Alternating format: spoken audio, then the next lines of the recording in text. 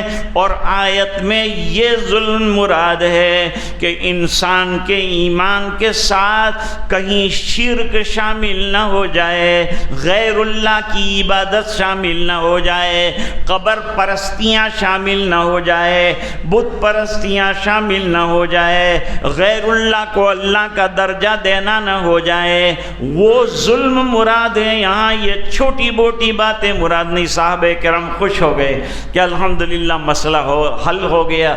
اللہ نے قرآن اتارا ہے، اس کے سمجھنے کے لیے بھی خالی عربی کا ترجمہ کافی نہیں ہے، اس کے لیے بھی علوم درکار ہیں، احادیث درکار ہیں، صحابہ کرام کے اقوال درکار ہیں اور تفاسیر درکار ہیں۔ اس کے بغیر قرآن کریم صرف عربی سمجھنے سے سمجھ میں نہیں آ سکتا۔ صحابہ کرام صاحب لسان تھے پھر بھی سمجھ نہ پائے، اور آج بیچارے کچھ لوگ جو ہے قرآن کی یہ آیت نکال ڈالو اور وہ آیت نکال ڈالو، اللہ تعالیٰ نے ان کو ہی نکال کے پھینک دیا۔ ایک آیت بھی ادھر کی ادھر نہیں ہو سکتی۔ حرف اونرا ریب نے تبدیل نے، آیا شرمندے تاویل نے۔